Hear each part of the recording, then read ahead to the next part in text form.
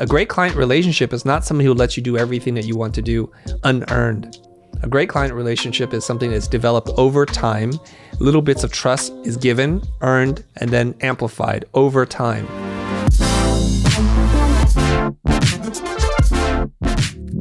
You talk to the client and like, yeah, I got it. Most of the times you're not even listening to the client. You're making a lot of assumptions. There's language that is undefined and unclear and abstract. And you're like, yeah, organic, got it. Simple, got that. Modern, just totally nailed it. And then you walk away. It's like, through my geniosity, I'm going to filter with all this amazing experience, lack of experience that I have. I'm going to just make this thing and people are going to love me for it. And then when you show it to them, they're like, oh, that's different. Or they say, that's interesting. And that's like, uh-oh, okay, something's going on here. Okay, so then they start saying, well, that's not kind of what we wanted and it's not what we were expecting. And you're like, how could this be? There's some like massive cognitive dissonance going on in your brain because you only saw one thing. You made that thing, so it matches that thing because you never bothered to talk to the client. You didn't even talk to them. You don't know what they want. And it's because we're addicted to this moment because the high highs come when you totally nail it and it's like a slam dunk. And then comes the low lows, which is, it sucks to be a creative person. They're draining my creative soul away from me. So when my business coach told me this, he said, just ask them. I thought it was just cheating. I thought it was robbing me of this thing that I didn't even know how to put words into. And I said, you could just ask the client. So here's what I want you to do. And this is something I learned from my father many, many years ago, which was like the golden rule, do unto others as you wish them to do to you. And so when you're out there as a buyer, just think about the last time you spent a lot of money for a custom service, whatever it might be. And if that person made you feel good or not, and what did they do and what didn't they do? So it's very easy to imagine it now because we're always focused on ourselves, right? So when it's us paying lots of money, let's just say you're going to have a haircut, something I don't have to deal with a lot, but let's say you have to have a haircut. And you're going to go into the salon and you're going to talk to them and they take no time to talk to you. They don't know what you want. They don't know about the texture of your hair. They don't have a sense of your style, and all they do is start cutting. Okay. Obviously that's going to be a problem for you because like, wait, shouldn't we have a conversation? That makes you feel really uneasy. And they might be really good at guessing, but that's a big risk. And I know hair is impermanent, so it'll grow back, but still you're gonna feel burned.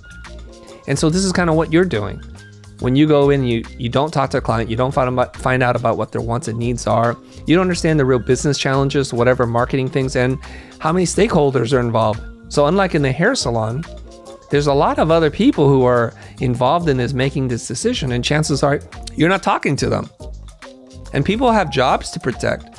They have rent to pay and food to buy for their families. And so it's very inconsiderate just go in there like, yeah, I'm the person.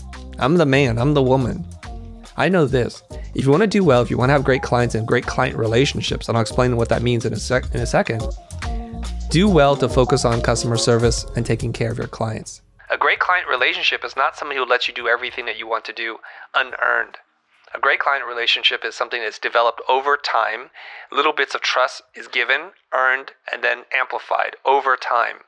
So at some point, a great client calls you up first before they make any decision without talking to anybody else for projects that are much bigger than what you are capable of doing with challenges that you don't have a portfolio to back up.